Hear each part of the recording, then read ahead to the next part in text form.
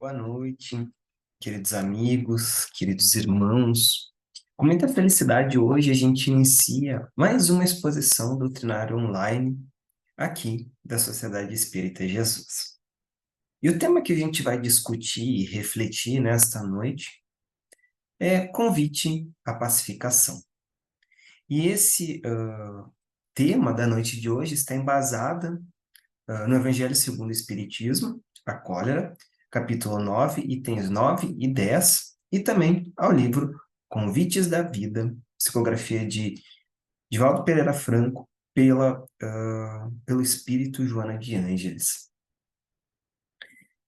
Quando a gente reflete um pouquinho sobre a pacificação, várias coisas nos vêm à mente. Várias coisas nos passam, mas, inegavelmente, quando a gente pensa em pacificação, a gente pensa em ambientes que a gente pode aplicar a pacificação.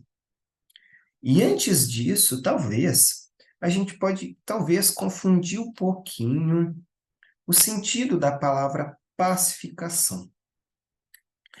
E hoje, então, nesta noite, a gente vai refletir um pouquinho sobre isso, entender um pouco o que seria essa pacificação, o que seria todo esse aspecto por trás da pacificação, e justamente entendermos o nosso coração e fazermos este convite a nós mesmos à pacificação. Primeiro, a gente precisa entender uma coisa. A pacificação não é sinônimo de passividade. O que quer dizer com isso? Talvez, muitas vezes, a gente confunde um pouquinho a pacificação com a passividade, ou seja, não fazer nada, ficar quieto ante as injustiças, ou ficar quieto perante alguma agressão, seja essa verbal, né? Principalmente verbal.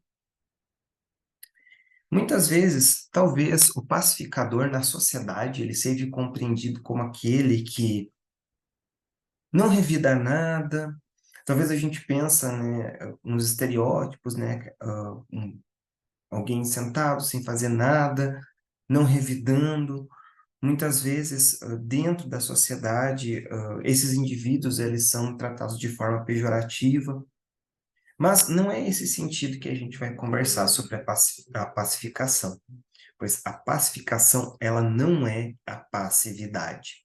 Ou seja, se mantém em silêncio ante uma agressão verbal, lembrando sempre, até alguma injustiça ou algum fato. A pacificação, ela deve ser entendida como um movimento de dentro para fora. Ou seja, ela não deve começar primeiramente no outro, para depois em mim. Ela deve começar primeiro em mim e depois se multiplicar para o outro e gerar os frutos. A pacificação, em tudo isso, ela não deve também ser entendida como sendo somente palavras.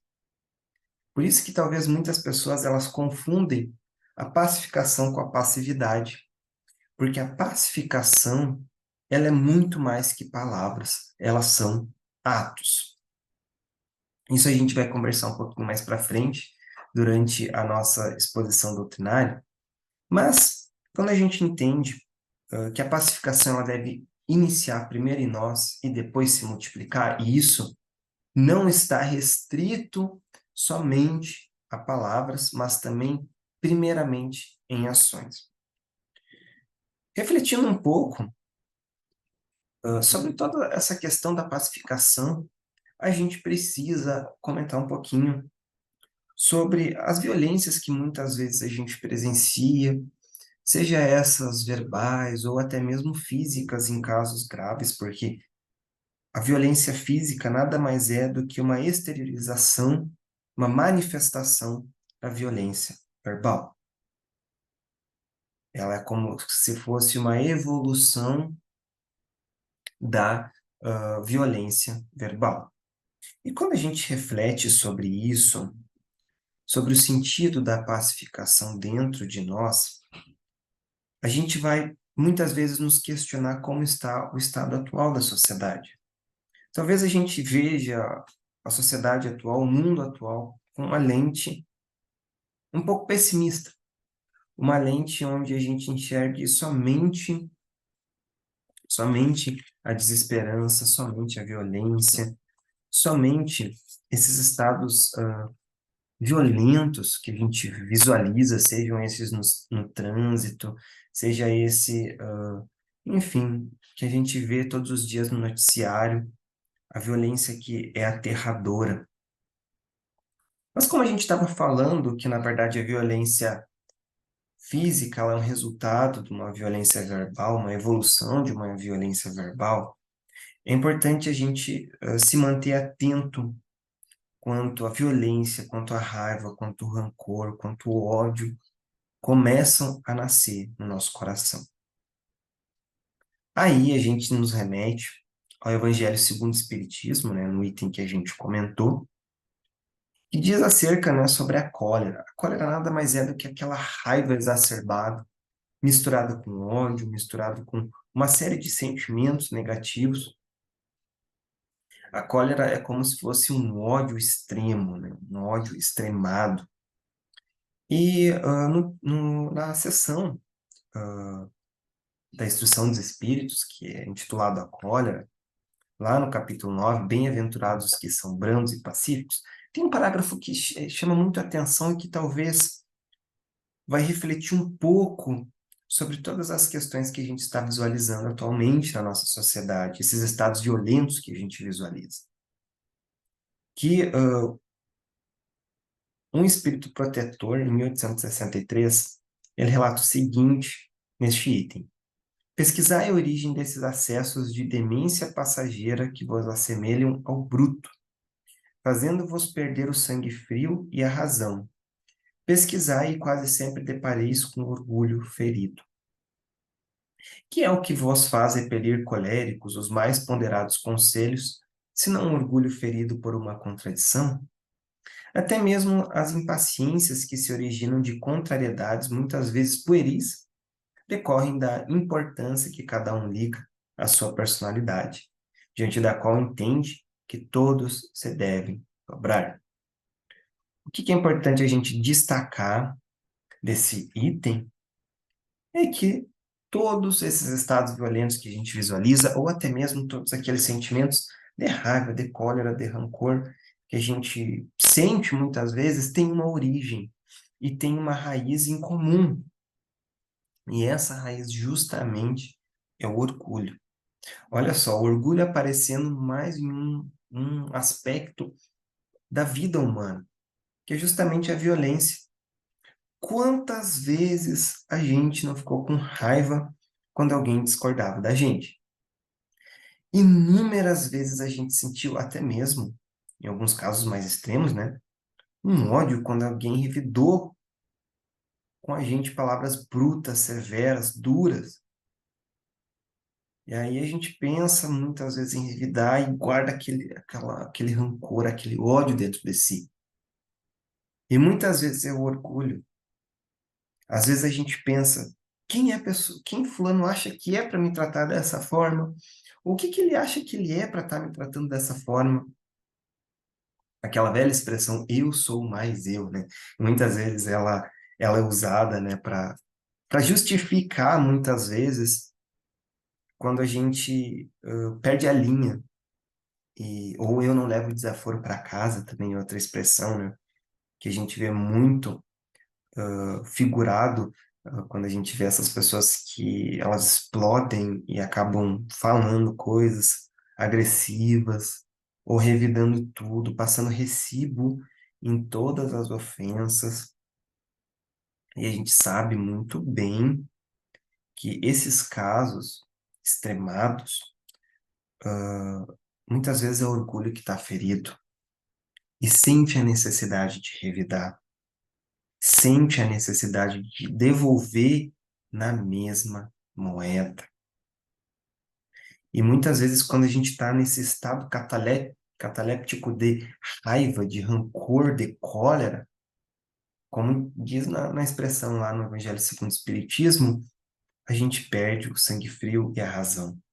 E às vezes acaba agindo de forma equivocada, acaba machucando pessoas próximas, acaba machucando pessoas que a gente ama, tudo por causa do nosso orgulho ferido. Talvez quando a gente revidam com a gente de uma forma agressiva, talvez a gente precise pensar duas vezes antes de revidar. Será que vale a pena eu revidar essa pessoa? Será que essa pessoa não está falando uma verdade para mim? Eu estou me sentindo ofendido porque tocou na minha ferida? Ou melhor, talvez, será que não devo. Talvez se essa pessoa estiver exagerando realmente, deixe. Talvez o dia da pessoa não deve estar sendo o melhor das coisas. E aí que a gente começa com a pacificação, entendendo que o outro muitas vezes revida de forma violenta, porque também está machucado, muitas vezes não está num dia bom, muitas vezes talvez tenha problemas com a família, no emprego, ou algum outro problema pessoal, e acaba revidando.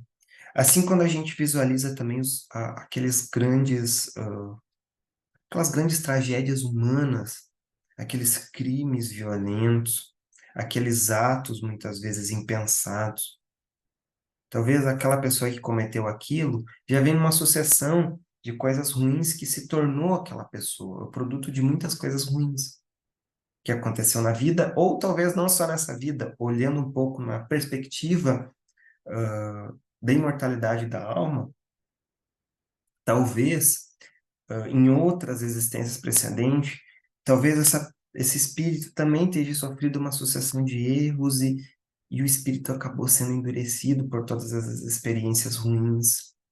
E a gente sabe que, se a gente for pensar um pouquinho só, a gente vai ver que, na verdade, a gente é o que as nossas experiências nos dizem.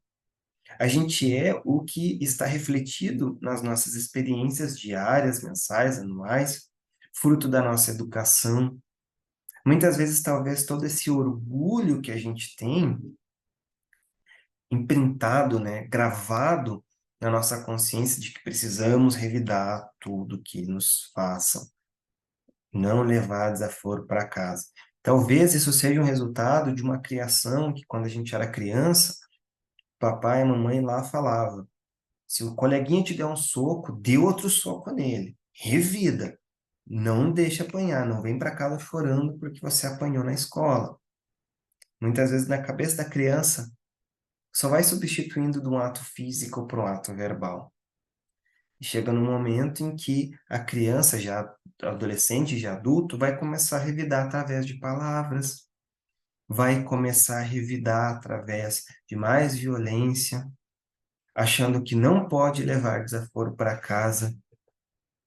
E isso vai gerando uma bola de neve, porque pensa, uma pessoa dessa forma já pode gerar um grande transtorno na sociedade. Agora pensa 3.000, 4.000, 8 bilhões de pessoas da mesma forma. E é isso que a pacificação nos fala, de romper esses ciclos violentos. Sejam eles de forma agressiva, sejam estes de forma não verbal ou verbal. Não repetir muitas vezes a violência, não multiplicá-la a violência. Talvez a gente possa ter tido experiências muito ruins, talvez a gente possa ter sido educado num ambiente violento, talvez a gente esteja numa época violenta, mas aí sempre quando a gente pensa nisso, inegavelmente a gente lembra do Mestre Jesus. Afinal, não é à toa que ele é chamado de o Príncipe da Paz. Tem um motivo para isso. Se a gente acha, muitas vezes, a nossa realidade violenta, vamos pensar um pouco 2.000 anos atrás. Vamos fazer esse pequeno exercício de pensar como era o mundo há 2.000 anos atrás. Pensando um pouquinho no contexto, da vida de Jesus, no meio que Jesus estava inserido. Primeiro, né, naquele contexto dos hebreus daquela época, dos judeus daquela época. Eles estavam submetidos ao império tirânico que era o Império Romano. A gente reconhece que hoje em dia muitas questões da legislação e estrutura organizacional das sociedades é baseada no Império Romano, mas só que a gente sabe que também eles demonstravam a sua força de forma mais violenta possível. Eles eram um império, eles eram conquistadores, então eles demonstravam essa força através da violência, escravizando povos, subjugando os povos. Então pensa, você é um pescador da época e você precisava entregar uma quantia muito grande de imposto para o Império Romano. Se você não entregasse essa quantia, você era preso ou morto, na pior das hipóteses. Aí digamos que você não teve aquela safra ideal de peixes, aquela pesca ideal de peixes, você seria preso, você seria morto. Muitas vezes os seus bens seriam confiscados. Qualquer manifestação contra o império, na época, era tido como uma atitude de rebeldia. E como eles puniam esses rebeldes? Através da morte. E, em piores dos casos, a crucificação. Olhem bem, no pior dos casos, a crucificação. Por um outro lado, agora a gente pegou esse fator externo, a cultura de Jesus, né? Agora pegando o fator interno. O judaísmo na época era muito fragmentado. Você tinha de um lado os fariseus, que defendiam as escrituras, escrito sensu, exatamente como Moisés tinha dito, então era uma cobrança muito severa com as leis mosaicas. Que também, se não cumprisse as leis mosaicas, você poderia ser preso, apedrejado, qualquer erro e delito moral, você seria apedrejado. Principalmente se a gente for pensar no contexto das mulheres na época de Jesus, que com muita facilidade e qualquer deslize moral, elas eram apedrejadas. Tem todo também aquele contexto, né, dos templos judaicos na época, com todas as suas regras muito rígidas. E do outro lado a gente tinha os saduceus, que eles acreditavam apenas nos 5 primeiros livros, né, no Pentateuco mosaico, e entravam por isso mesmo em muitas intrigas com os fariseus, porque os fariseus acreditavam também nos Salmos e todos os outros livros do Antigo Testamento, então eles viviam esse conflito entre eles. E por outro lado, a gente tinha os essênios, que viviam no deserto, à parte, não compartilhavam a vida na sociedade. A gente tinha também os Zelotes, que era quase como uma força militar judaica, que queria a libertação do Império Romano. Então, eles tinham vários planos de terrorismo mesmo dentro da sociedade judaica. E se qualquer manifestação de, entre muitas aspas, um falso Messias aparecesse, este era denunciado aos fariseus e era preso na época, né? Então pensem só. E por outro lado a gente tinha a família de Herodes, né? A monarquia imposta por Herodes, né? Que era como quase uma representação por conta da subjugação do Império Romano, eles tinham quase como uma figura simbólica entre essa questão do Império na época, né? E também era um império que era uma monarquia, um reinado que era muitas vezes questionável, até mesmo quando a gente enxerga a história de João Batista, a gente vê as denúncias que ele fazia à família de Herodes Antipas, né? Então, pegando todo esse contexto, a gente vê Jesus vindo de Nazaré. Afinal, o que de bom vem de Nazaré? Essa frase a gente encontra lá no Novo Testamento, né? Lá no Novo Testamento, muitas vezes essas afirmações, né? O que de bom vem de Nazaré? Jesus vendo desse contexto onde a cidade que ele vinha não era bem reconhecida, vindo nesse contexto do sectarismo religioso, da violência militar do Império Romano, alguém falando sobre a paz. Os judeus esperavam um Messias que fosse realizar uma revolta armada contra o Império Romano. E a gente vê Jesus calmo, sereno, pedindo para observar as aves do céu e os lírios do campo, sendo morto da pior forma possível, que é a crucificação, que era somente para aqueles piores bandidos, piores crimes cometidos na sociedade. Muitas pessoas que se revoltavam contra o Império Romano eram mortos por crucificação, porque era uma forma que as pessoas que chegassem à cidade, e eles eram expostos nas entradas da cidade, os crucificados, como demonstrar o poder do Império Romano. Olha só o que acontece com quem se revolta contra nós. E quando a gente estuda a vida de Jesus e observa as acusações dele, a gente percebe que os atos de Jesus demonstravam essa pacificação. Em nenhum momento Jesus pegou em armas. Pelo contrário, Pedro, embainha a tua espada. Muitas vezes, quando a gente vê essas afirmações de Jesus, pedindo a pacificação, e mesmo no momento mais violento da sua vida, no último momento da vida como encarnado de Jesus, ele relata: Pai, perdoa-os o que fazem. Perdoa, porque eles não sabem o que fazem.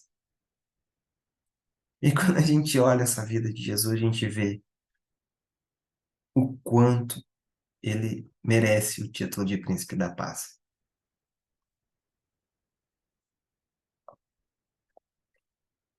Mesmo em todo esse contexto violento, que era muito pior, se a gente for pensar, do que os dias atuais. Temos violência, temos muitas violências na sociedade atual. A gente enfrenta muitas violências, sim, a gente visualiza muitas violências, sim. Mas na época de Jesus era muito pior. E quando a gente avança um pouquinho mais, na época já de Paulo, de Tarso, exatamente uns 30 anos ou 20 anos depois de toda a vinda de Jesus, a gente observa a perseguição dos cristãos, seja por parte dos judeus da época ou seja por parte do Império Romano depois. A gente observa o quanto os cristãos sofreram desde a época de Jesus até também os dias atuais, se a gente for pensar, e contextualizar não no sentido de violências físicas, mas também de violências verbais e essas questões. E quando a gente pensa em tudo isso, o primeiro, acho que a pacificação ela deve ser resumida em 5 passos. E esses 5 passos, né, é justamente esse convite para a pacificação. E ele está um pouco adaptado, esses convites, né, do livro Pilares da Não Violência, que justamente foi escrito por Arun Gandhi, o neto, né, do grande Mahatma Gandhi, que foi também um grande pacifista, libertador da Índia, né, trouxe a independência da Índia mesmo sem pegar em qualquer arma, e inspirou muitos outros líderes, como o Nelson Mandela na África do Sul, e depois Martin Luther King, nos Estados Unidos, que também enfrentou a segregação na época nos Estados Unidos, não com armas, mas somente com a pacificação, com atos de pacificação, sem qualquer tipo de violência. Nelson Mandela também, da mesma forma. E antes disso, quem inspirou Gandhi em sua caminhada foi Jesus. Mesmo ele sendo hinduísta, ele comentava que se todos os livros da Terra sumissem e sobrasse somente o Sermão do Monte, a humanidade não estaria perdida. E olha só, lá no Evangelho segundo o Espiritismo, o capítulo que intitula o capítulo que a gente fez uma pequena leitura justamente, é uma das passagens do Sermão do Monte, que é bem-aventurados que são brandos e pacíficos. Outra figura também que inspirou Gandhi foi Tolstói, né, um escritor russo, que vendo todas as violências da Rússia da sua época, tomou uma atitude de pacificação, e foi justamente todas essas atitudes e escritos de Tolstói que inspirou Gandhi, né, juntamente Tolstói mais, né, o exemplo de Jesus inspirou a caminhada de Gandhi, né, para não violência. E o neto de Gandhi, ele escreve esse livro que é fantástico. Eu recomendo a leitura dos irmãos. Esse livro é muito bom. E esses 5 passos, eles são muito interessantes. E esses passos, eles estão lá no capítulo A Virtude da Raiva, do livro, né, Pilares da Não Violência. E o primeiro passo é o respeito. É justamente aquilo que a gente estava falando. Quando a gente sofre uma violência, lembrando, essa violência não física, essa violência verbal, a gente precisa respeitar. Respeitar a história do outro. Aí, quando a gente fala de respeitar, a gente pensa observar e ter empatia na vida do outro. Que o outro, ele está dessa forma justamente por conta de uma série de, talvez, momentos ruins, uma educação, talvez, demasiadamente violenta. Isso está muito também atrelaçado com o segundo passo, que é a compreensão. Compreender a história de vida do outro.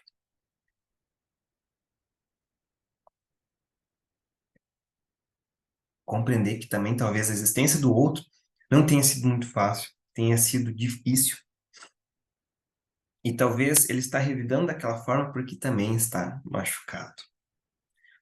Terceiro passo é a aceitação. Visualizar tudo isso, aceitar, mas não aceitar da forma pacífica de aceitar a violência. Mas daí esse passo tá ligado com o último passo. Todos estão. E o quarto passo é a apreciação, ou seja, observar os fatos. E por último, o quinto passo, que é resultante de todos os outros, que é a compaixão. Sem a compaixão é impossível a pacificação.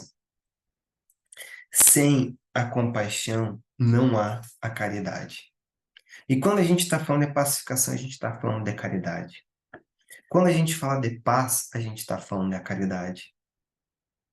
Quando a gente está falando de pacificação, a gente está falando de exercício da boa vontade, da moral cristã, como defendia Jesus, através da pacificação. Através de não revidar a violência com mais violência, mas revidar o mal com o bem. E quando a gente observa isso, revidar o mal com o bem nunca deu certo. Desculpa, revidar o mal apenas com o mal nunca deu certo. E sempre essa equação foi realizada ao longo de toda a história da humanidade. Tinha o mal, revidava com o mal. Talvez o grande desafio, ser o sal da terra, seja para nós revidar o mal com o bem. Tirar o mal da equação e colocar o bem. Revidar o mal com o bem. E não revidar o mal com mais mal ainda. Então, essas eram as palavras, estas eram as reflexões dessa noite, então, irmãos. Muito feliz por esta oportunidade. E vamos encerrar, então, a nossa exposição com uma pequena prece.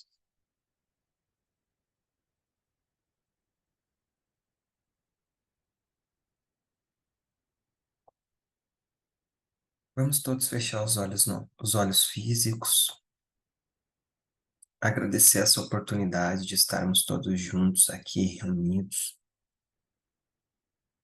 em torno dessas reflexões. Permita-me, mestre, permita-nos, mestre Jesus, seguir o teu exemplo de paz, de pacificação, e que em todos os caminhos que a gente encontra as dificuldades, as violências, a gente possa pensar no teu exemplo, pensar nos momentos em que tu esteve aqui conosco e possamos aplicar a sua moral, nos esforçarmos o nosso máximo para sermos a nossa melhor versão todos os dias, abnegando de coisas que sejam ruins para a gente, como a violência, as palavras negativas, as palavras de ódio, de rancor, e que possamos exercer a paz em todos os aspectos da nossa vida, vivendo, amando e conhecendo teu amor. Que talvez um dia a gente consiga chegar nessas moradas elevadas, onde a violência já não é mais a realidade, mas somente a paz e o teu amor seja as grandes leis que regem todo o universo. Talvez um dia conheceremos em plenitude todas essas regras, todo esse amor e toda essa tua bondade. Obrigado, Senhor, por mais esta oportunidade, que possamos todo mundo, todos, ir em paz, ter um ótimo final de semana, uma ótima semana. Que assim seja. Obrigado, irmãos. Fraterno abraço a todos, com votos de muita paz, que a gente possa refletir um pouco mais sobre a nossa caminhada. Um abraço. Até mais.